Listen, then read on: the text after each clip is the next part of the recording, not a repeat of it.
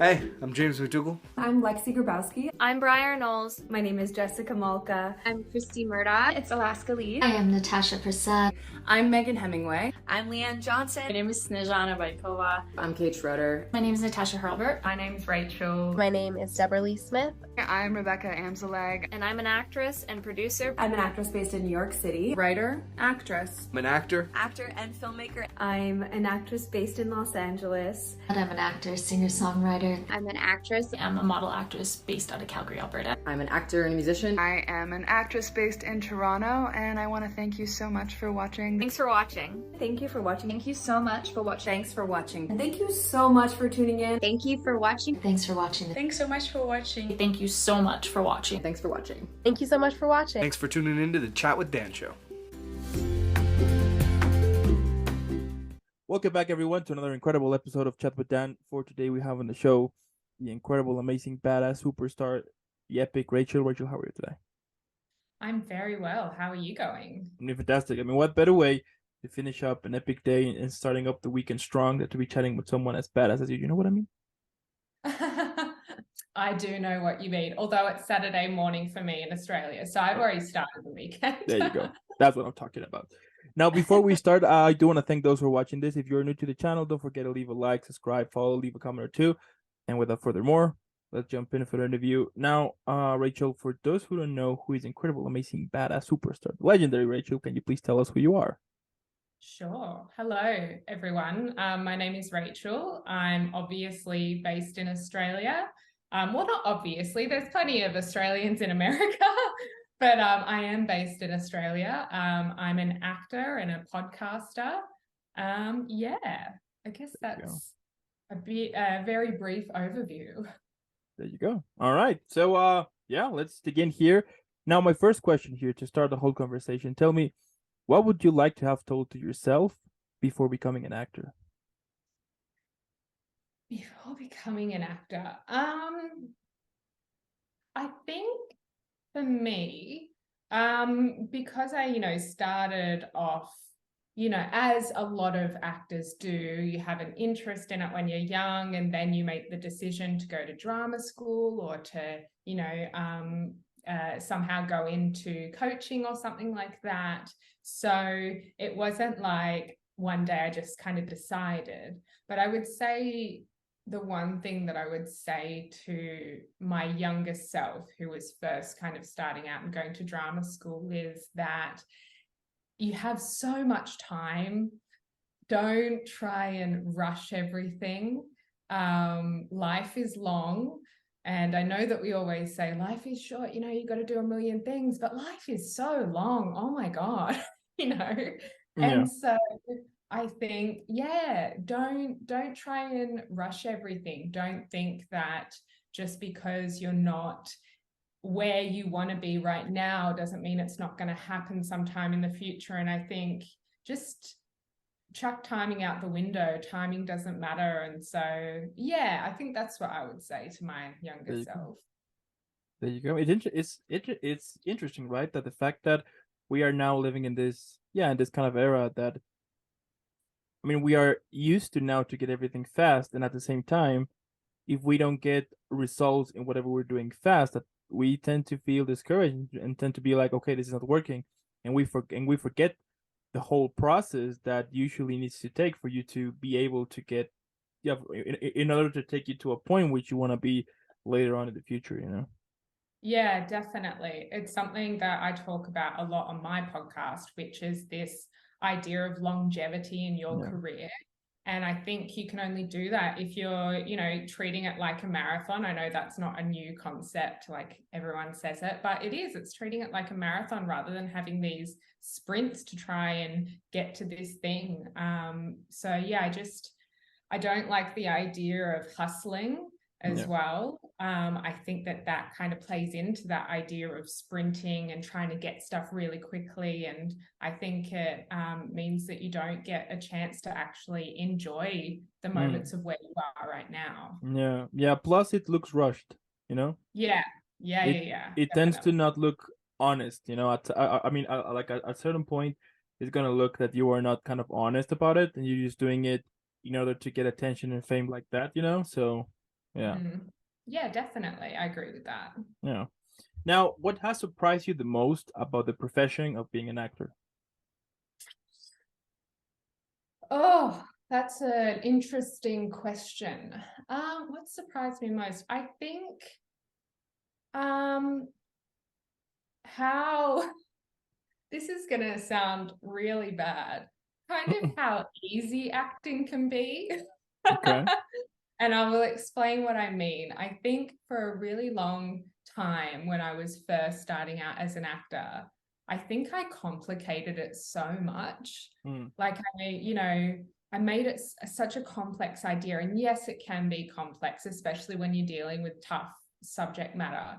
But I think what I've learned recently, and this is maybe because I've done so much, coaching and work and really honed in on my skills. Maybe that's why I feel like this. But I think that acting can be easy if we let it be, because acting is just in a sense just being in the moment as a character and saying these words that you've been told to say, but it's just being and feeling the feeling that you're feeling then. And we do that every day. So I think that sometimes we can complicate it when it can just be easier than what we're making it out to be. Interesting. You're the first actor who is telling me that. That's so interesting. I like that. Yeah. I might be wrong, I'm always happy for someone to come in with a completely different perspective and be like, well, I disagree, and that is totally fine. And I think I've heard that from podcasting as well, because you say a lot of stuff on podcasts and then people are like, I don't agree with that, and I think that's totally fine. Yeah, I mean, at the end of the day, it's your career. I mean, and one of the things that I love about the whole acting career is that everyone has like their own thing, like there is no specific manual of how to be an actor. I mean, yeah, you can take classes, read books here and there, but at the end of the day, you're the one who need to create like his or her own style, in order to start to kind of make yourself like a brand, like this is how I play my characters. If you like it, good, or not, so. Yeah, and I think that that's a really exciting thing about being an actor or a creative as well, is because it's not like you read a book and you go, okay, this is the journey that I need to take in order to get to my goal. And if I don't do it that way, it's not going to happen. I think, and you've probably noticed from having so many guests on the podcast, is that everyone does it a different way. And that's really great, because it's like, well, whatever way that you're doing it, whatever journey that you're on in your life and your career is the right way for you. And so we shouldn't get bogged down in being like, oh my God, this actor did it this way and they got this opportunity, so I've got to try and replicate that. I think, frees us up to figure out exactly what makes us happy and how we want to do the thing. Yeah, absolutely. And it's true. I mean, out of all of the actors that I've interviewed, for example, when I ask them the question about like how they prepare a character, everyone has their own thing. Some of them will go, for example, they will go on a subway, and they will sit and basically they will wait until the last stop and wait for their character to come, so then they can start watching and be like, okay, I got it. Other ones will go to the park. Like everyone has like their own thing. And as I said, I mean, I like that, because for those who want to become, for those who want to start acting, I think that feels kind of that feels good, because you could be like, okay, then I don't need to learn in a specific way. I just need to learn a few things here and there. I can grab pieces from here and there, and then later on I will get my style and I'm good to go from there. So yeah, and like almost always, there's never a wrong way to do it. Yeah, exactly. I mean, there are ways that might not be helpful for you, and I always say this as well. Acting techniques, there are definitely techniques that you learn at drama school, one being Meisner, which all the actors listening would know. And I absolutely hate Meisner. It does nothing for me. And so whenever a coach is like, okay, we're going to use this Meisner technique, I know, I'm like, oh God, like this is just like, I just do not relate to it at all. And that's okay, because it doesn't discredit Meisner as this great acting coach, because you know, a lot of people do get stuff out of his teachings, but I just don't, and that's okay. Totally. Yeah. And do you feel that you are not doing something meaningful enough, or like there's a purpose to it? I think it's tough because I think in general, film and TV and the entertainment industry is really important to society. It's how people see themselves reflected back to them. It's how people learn, even if they don't even know it. So I think that inherently, you know, the entertainment industry is very meaningful. But I don't like to get bogged down in the thought of like, I'm an actor, and so what I'm doing is so meaningful. You know, like there's surgeons out there who are literally saving people's lives. And so it's kind of like, obviously, you know, that's fine. And I don't want to be a surgeon. I don't have that talent. So I think it's, like what we do is important, but it's also just fun. Like it's just us playing around, putting on costumes, saying lines, entertaining people is essentially what it is. And so I don't think it's the most important thing in the entire world, but I think it is important.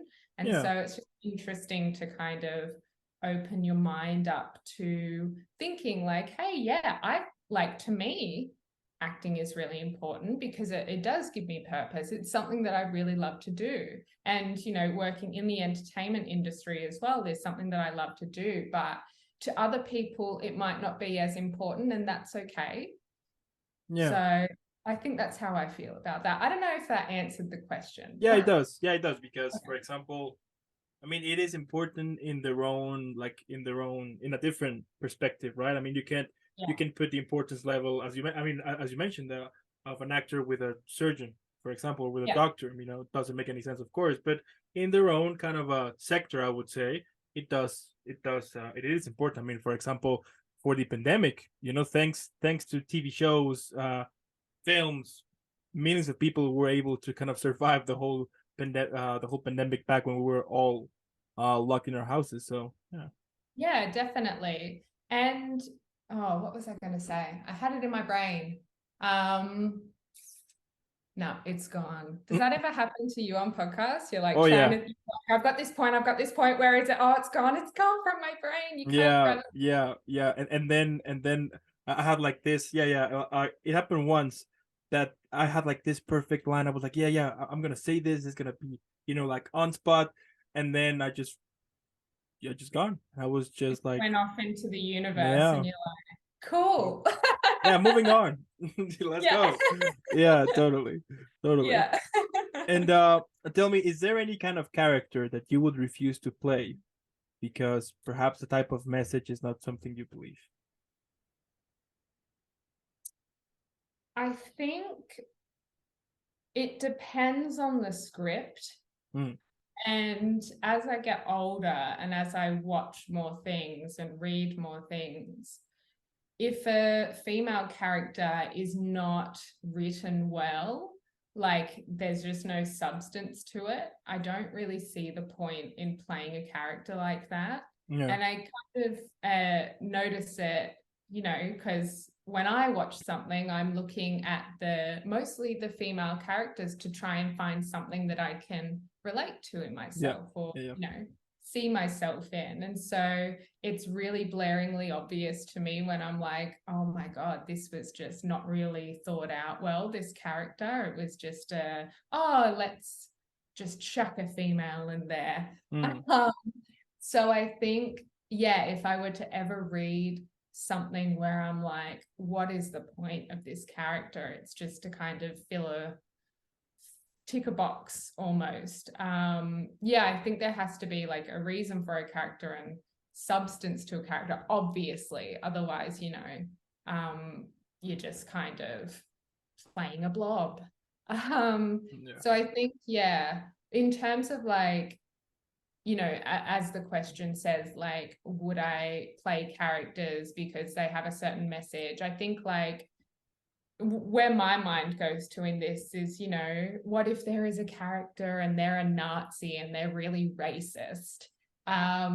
I think I would play that character because it serves a purpose in the story. It serves a purpose to show us all, like, how crazy is that person? How crazy are their beliefs, kind of thing? And someone needs to portray that. It doesn't mean that I am racist or that I'm a Nazi. But yeah, someone has to play it in order to get across the message of the story. I think a really great example of that is Leonardo DiCaprio in Django. I was gonna say that one. Yeah, exactly. Like, that's not who Leo is, but in order to portray the message of the movie, he has to play someone who's really awful. And so I think it's fine to play those characters, as well as saying, hey, like, that's crazy, that's not me. Yeah. I saw an interview with Samuel L. Jackson back when that film was released, and he was mentioned that with Leo DiCaprio it was difficult. I mean that at first it was kind of challenging for him to be like that, but everyone was like, it is how it is. Just go for it, So especially using language that you don't agree with as well. That must be really difficult, but again, it serves a purpose, and there's a reason for it to portray what the meaning of the film. And one thing that I would like to mention before moving on is that, for example, I mean, when you were mentioning about, for example, on films, and that is one of the things that I mean, right now they are kind of stopped doing it. But I remember back then, for example, in most films, so picture this, it would be like a war zone, right? Explosions, gunshots, everyone, and then the female character out of the nowhere has some really small shorts, some sneakers, a tank top, and then the rest of the guys have like the full gear, tactical and everything. And I remember when I was watching that, I was like, that doesn't make any sense at all, nobody would be like that in the middle of a battlefield, with explosions, things, everything is blowing up. Why would someone would be wearing something, something like that? So I can understand that they did that, of course, in order to they do that to kind of sell the film, Yeah. But if you're gonna do that, I would prefer if you have like a more, I don't know, if you make it more interesting, the script, and then you give a proper meaning to a character, because it happens a lot, right? That we will have these characters that they just don't connect, and if they die, you're like, let's move on. You don't care at all. And one of the things that I like is that they're starting now give like more sense, like to those type of characters, which I appreciate that. I mean, of course, there's this huge conversation that needs to be, held, but yeah, I remember back then it was hilarious, or that they were in the middle of a blizzard, full with snow, and then the female character with just some leggings and a sweatshirt, and then the rest of the people would be like full, and I would be like, come on, doesn't make any sense, Maybe it's because women are so strong. We can just withstand all types of weather and all situations. And you'll be like, come on, let's come on. I hate it when they do that, when they do that like on films, and if you're gonna put a female character, go for it. It's perfect. I love it. But give us, give some story to it, I mean, maybe there's something that you can understand and be like, what, I'm a male, but I can totally relate on those thoughts, or on the way she acted, or things like that. But if you're gonna just put it there because she's pretty and she's gonna sell the film, I mean, then why should, you know what I mean? Yeah, and it's interesting, like I've been reading some novels recently where I've noticed the same thing, like the way that the female characters are described. A really good example of this is the Witcher books. So if you go back and read them, and we all know that The Witcher didn't become famous from the books, it was from the game. And there's a reason for that. When you read the books, there's some bits that are really well written, and there's some bits that are, a bit here and there. And what I notice is the way that the author writes the females completely. Every time a woman will walk into the scene, it's all about what she's wearing and how much of her cleavage you can see. And I'm not even joking. Like, it's so wild. And I'm just reading these books like, oh my God, like, thank God we've kind of evolved and realized these things and doing better. But it's just really interesting to notice those things. Yeah, that's true. Now that you mentioned, I think the TV show, they switched a lot of things from the they did, right? Yeah, they did. Yeah, and I noticed in the TV show that the female characters are way more well-rounded and just more deep and like actual people, whereas in the books I don't really get that. Maybe, okay, I can understand that. I wrote the books too, and now that you mentioned that, it's true. It gets to a point in which you're like, what am I reading right now? You know? Yeah, especially like in the second book. We're just going on a Witcher rant now. Sorry to everyone, but in the second book, if you've ever read them, when all of the sorceresses get together for their gathering, and they talk about what each of the sorceresses is wearing, and it's all about the cleavage, and it just drives me crazy. Yeah, it's true. I mean, at the end, at the end, what I would like, what I like is that if you're gonna put, for example, a female character, just give her a good story, because give her a good story, if it's gonna be like a new character, give it like a proper intro to it, because now what I see in films sometimes is that in order to kind of they will put the female character and not explain everything and be like, okay, there she is, she's badass, and that's it. And I'm like, okay, so she's badass, okay, but I want to know how she became badass. I want to know more about it. If you're gonna be like, okay, here it is, boom, that's it. At least to me, it doesn't connect. As I said, I love when they get the chance to give like a proper story so that you can perhaps relate or be like, okay, that now it makes sense. I mean, of course, that is entertainment, and sometimes things doesn't make sense at all in certain films, but at least in the story, I mean, give it like more, spend more time creating, you know what I mean, like creating the characters itself. So yeah, and I think we're definitely moving towards that because society is calling for it. Which is great, especially with diversity in the entertainment industry. Society is calling for it. People want to see themselves on screen more than ever, and are speaking up about that. And so I think it's a really exciting time in the industry to watch all of these things unfold. And, when it's not perfect yet, we have a long way to go, but it's exciting that these things are being discussed now. Absolutely.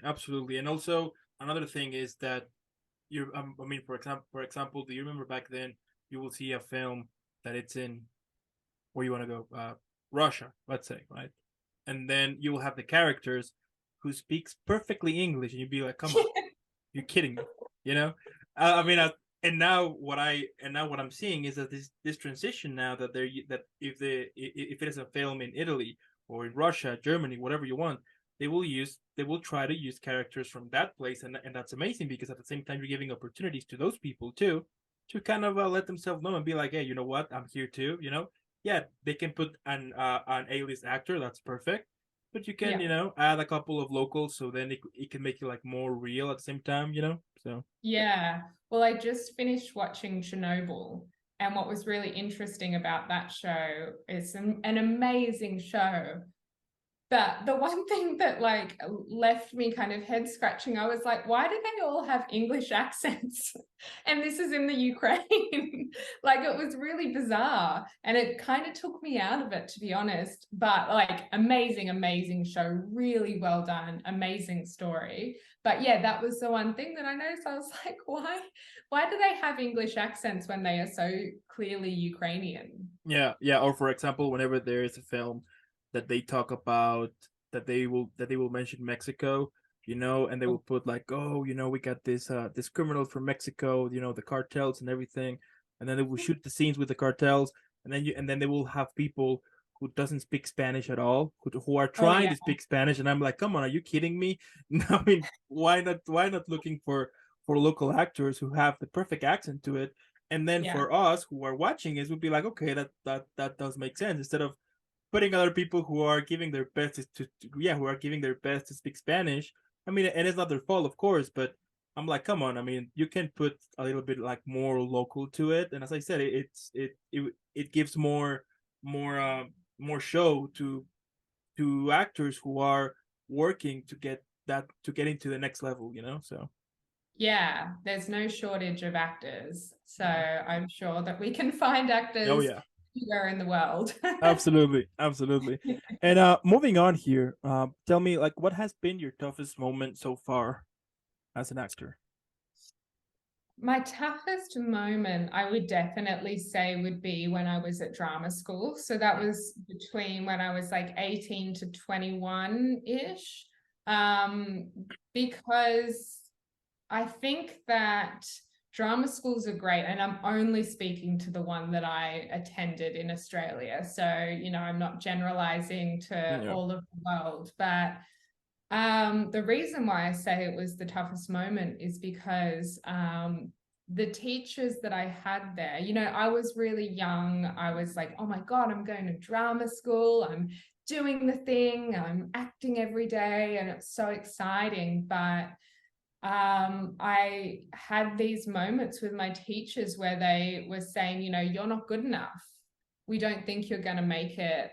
And in hindsight, I think it was quite damaging to hear that from people that I was looking up to, because it's not their job to say that. It's their job to build my skills to make me a better actor, you know, and that environment just wasn't there. And I think it took me a really long time after drama school to find my feet as to who I was as an actor, and to find coaches that I was like, oh my God, like my work is just, the quality of my work is just skyrocketing. How can this be? And it's like, because I am working with coaches who are supportive and who know that their job is to help me to be better. And so, yeah, I think in drama school, it was, really tough to be told, hey, like, this ain't for you. You are not good. And to be like, okay, like a really young adult, like, oh, okay, well, I really love doing it. So what am I going to do? And I think it just speaks to, I think some coaches can be in the wrong profession. They might have tried to be an actor and it didn't work out for them. And so they're bringing all of that disappointment from their own life into the classroom with you and putting that onto you.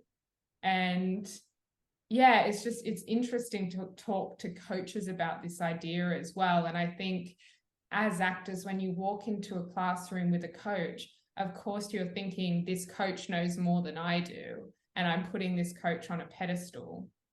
And then when the coach says things that can be damaging to you, or, you know, teaches a class in a way that's not helpful, it's hard to question that, because already you're kind of looking up to them and being like, well, they know better than me. I'm here to learn from them.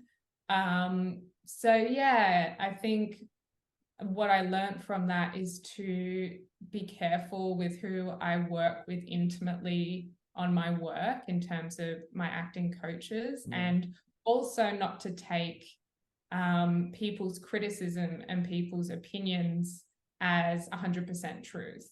So I learned something from it, but it was really difficult at the time. And now that you mentioned that, I have heard a lot of stories about kind of the same thing, that they will get the wrong teacher, and of course it sucks, because you have high hopes, you know, you're like, okay, I'm gonna make this happen, and then you meet someone who has more experience than you, and even though that you're like, okay, I don't care, I'm still gonna do it, it does affect you a little bit, because you're like, okay, that person has more experience than me and it's telling me that I'm not good at it, that I should search for other stuff.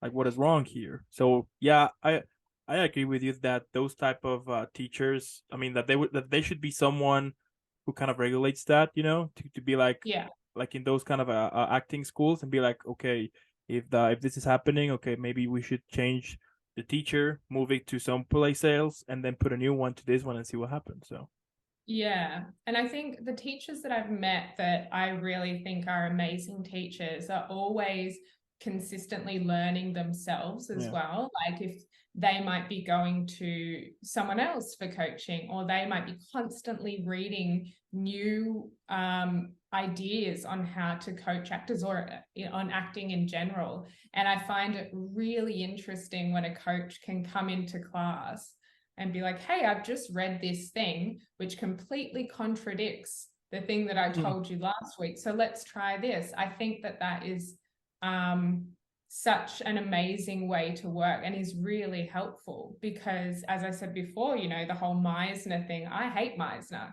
So if a coach is going to be like, Rachel, you have to do Meisner. But if they come in next week and go, throw Meisner out the window and let's do the opposite, I think that I respect them so much, because it's not that they're like, this is the one way to do the thing, and if you're not doing it that way, then you're not going to be a successful actor. So yeah. Interesting. Yeah. Okay. Now moving on here, tell me about your podcast. Tell me where let's switch total topics here and tell me where the idea came from. Yeah.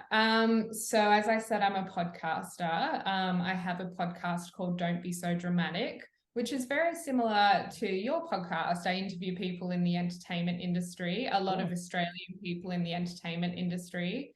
I've been podcasting for nearly 5 years now. Wow. So yeah, okay. It's been a long time. The idea started, it was kind of when podcasts were becoming very popular, and I was listening to podcasts and I thought, I think I might actually really enjoy interviewing people, because I really enjoyed having conversations with people about, what they did and why they did the thing and what their journey was. And then I got really self-conscious because I thought, oh my God, like, is that really egotistical of me to think that, I'd be so good at people listening to my voice. But I kind of thought about it for a long time, and I realized, it's not about that. It's not about me. It's not about, recording myself and thinking people will listen. It was just, I was really interested in it, and I couldn't shake the idea of starting a podcast.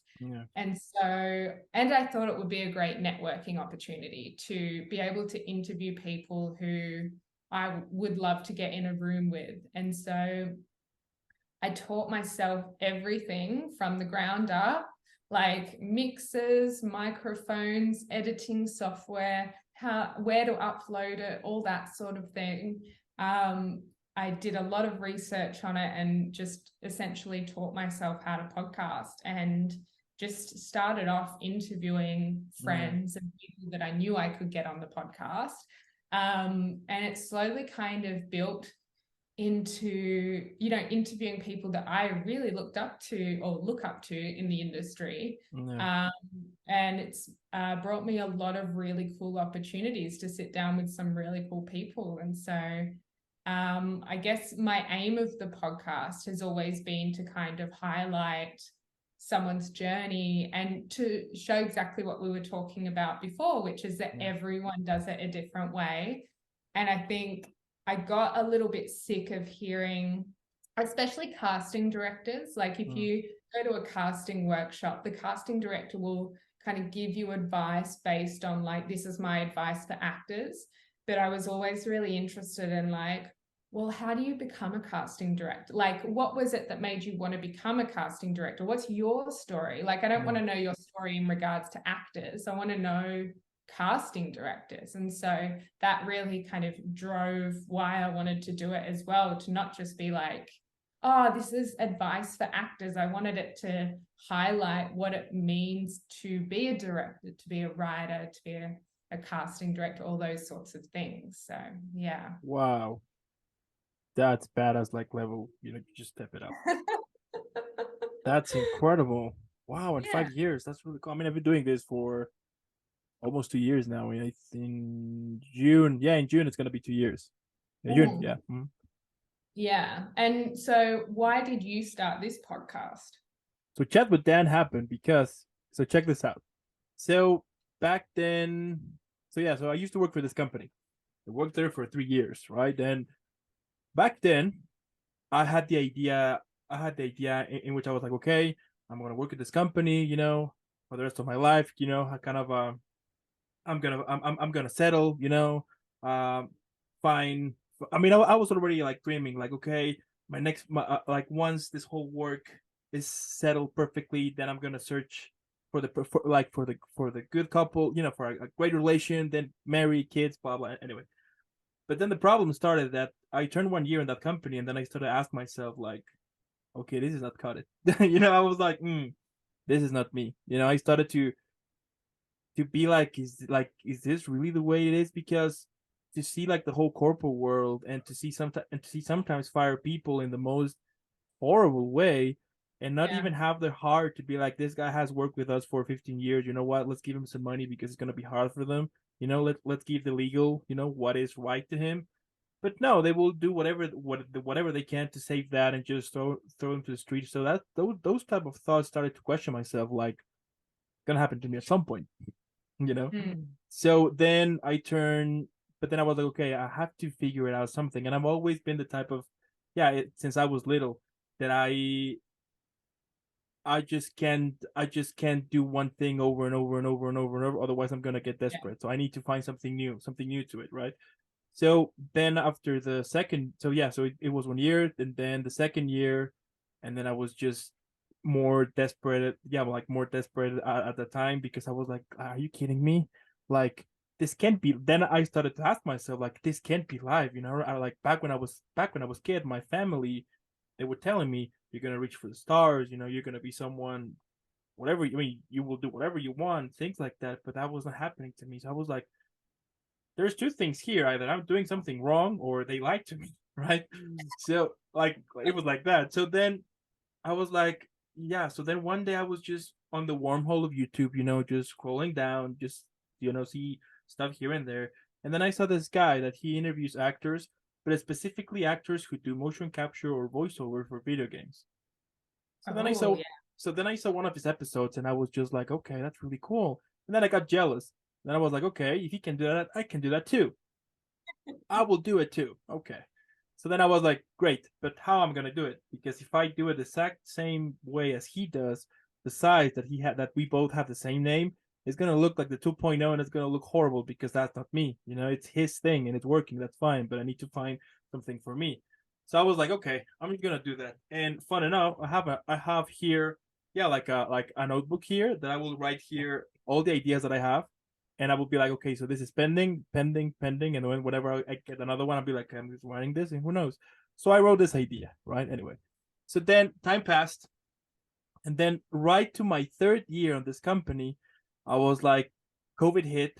And then things were even worse, because in that company, they were, it became harassment, because they will be saying stuff like, for example, if you didn't respond for a minute, we'll be like, where are you?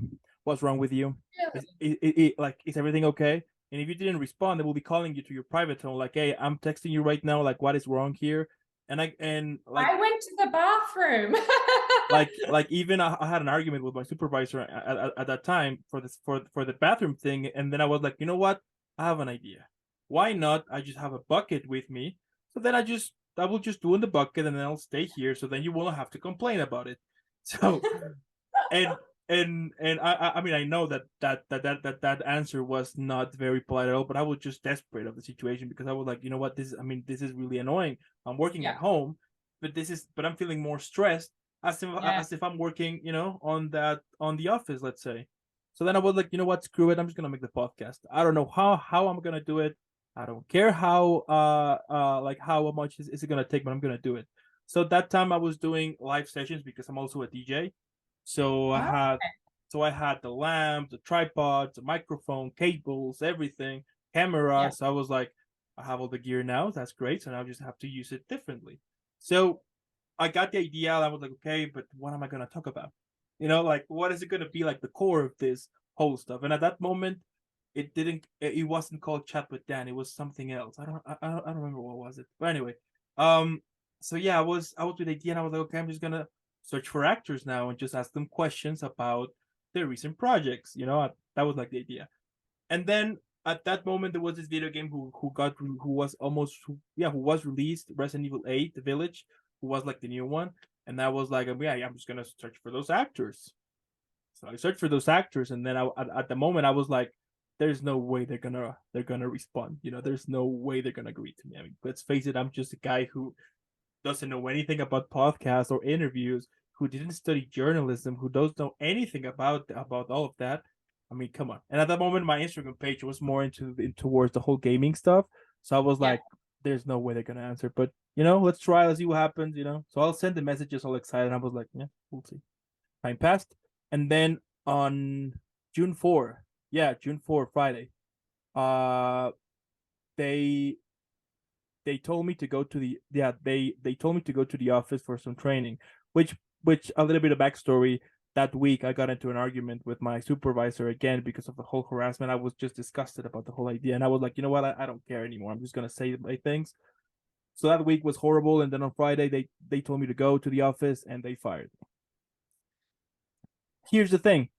So they fired me in the most illegal way possible. Anyway, so as I'm walking out the building, cursing at them, of course, yeah, of course.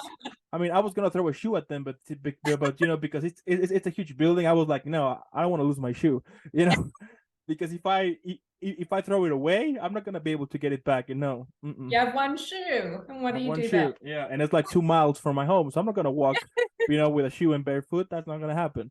So as I'm walking out, I received a message from this actress who was in the video game, and she was like, you know what? I love the idea. Let's make it happen. How crazy is that timing? And I'm not kidding. Like at the moment I'm walking out, like 2 minutes, like probably 3-4 minutes past, boom, that's the message.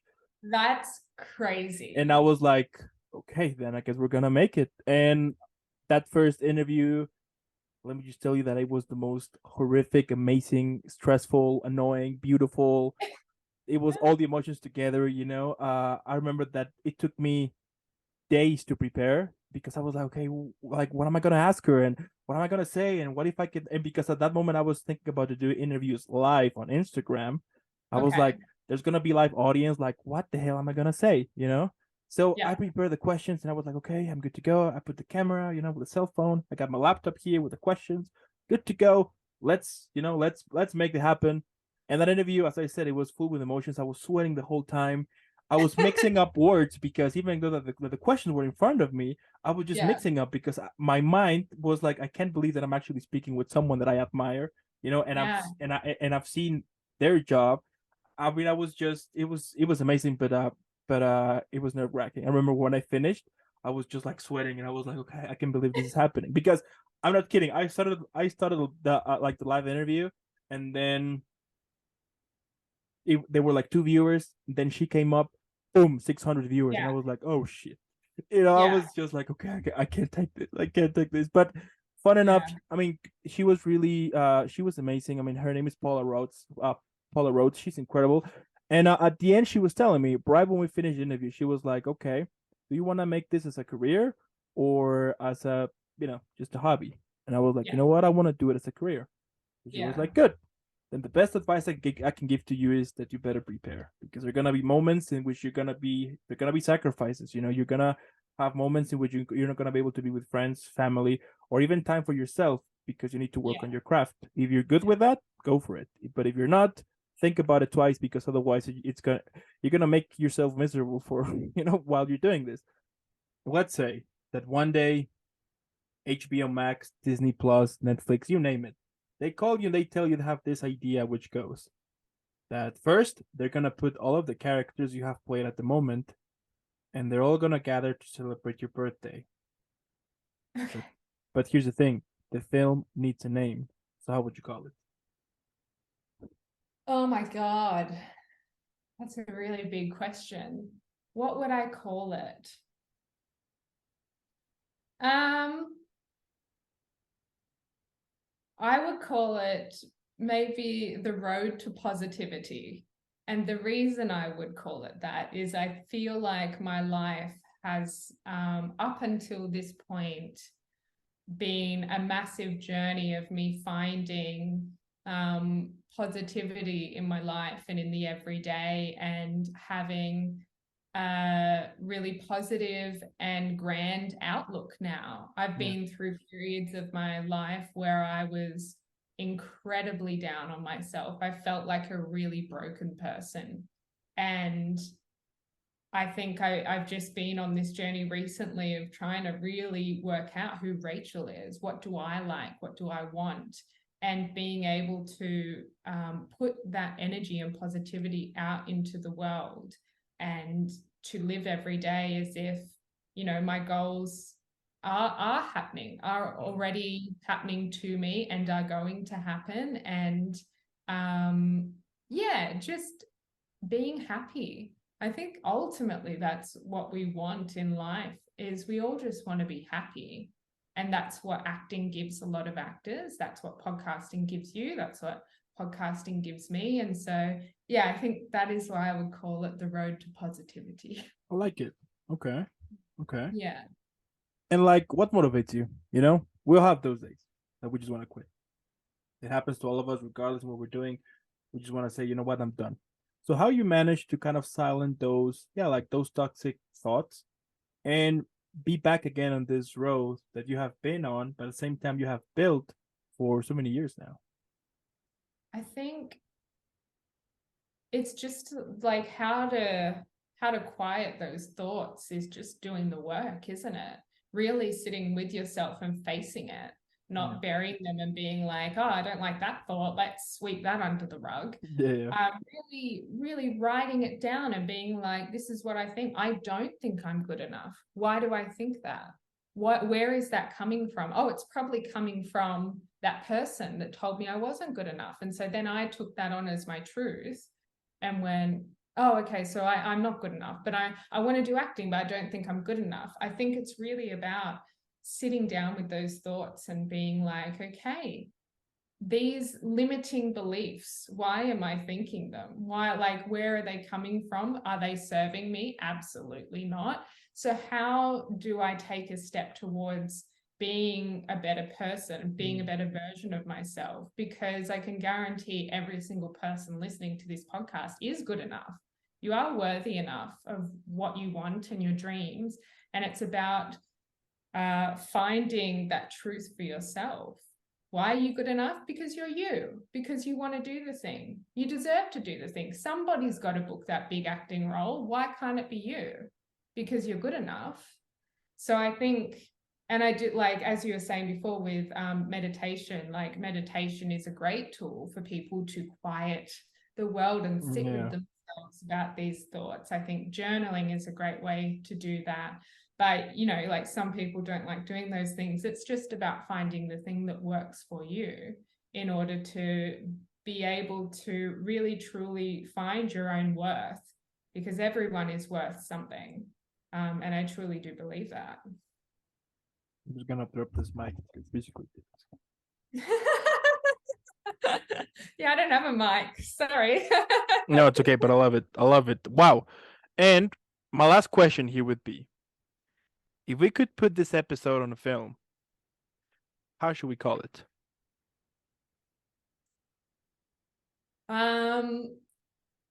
Podcasters coming together. Because this is going to be the title of this video, so. Oh no, let me think of a better one. But it's like podcasters coming together, because you were asking me about my podcast and then I derailed you into you talking about yourself. Indeed. Generally, what I tend to do with people is they'll ask me about me and I'll be like, but what about you? I'm interested in you. So, I like it. Okay. Yeah. So we have a title then. Yeah, apparently so. Sounds like a plan. All right. I mean, at the end, what can I say, Rachel? I mean, I'm speechless. I mean, it's incredible what you do. I love it. The whole vibe you put to it. I mean, and the fact that that you're making happen, you know, that you are actually showing results, that it is possible. I mean, of course, that I'm super sure that along the way there has been moments it was you're like, what the hell am I doing? But hey, you're still hanging out there, you're still making it, and you're showing people that it is possible. I mean, I think that's incredible, and I think that's a really powerful message, and especially right now in these crazy days. And yeah, keep doing what you do because you're. I mean, I'm super sure that our next conversation is going to be about either the multiple thousands episodes you have already accomplished in your podcast or multiple projects you have been in because you're killing it here. Yeah, we're manifesting that for ourselves. There you go. There you go. What's gonna happen. But thank you for the opportunity to be interviewed. I really appreciate, you know, you having me on the podcast, and I know that your audience would really appreciate, you know, you interviewing people because that has such an impact on, you know, how they view themselves, what they're doing with their craft, and how they're inspired. So thank you for letting me be. Always, always. I also want to thank those who watch this. Thank you so much. Now, because this episode is about to be over, in the description below, you're going to find a bunch of stuff. Starting out, you're going to find Rachel's social media. So let's follow her. Let's make her viral. Hashtag Team Rachel because she's incredible. She's amazing. And again, Rachel, again, thank you so much for making this happen. Keep creating, but most important, keep being this incredible, badass, super awesome person you always are. And I'll see you in the next one. Thank you. Bye. All right.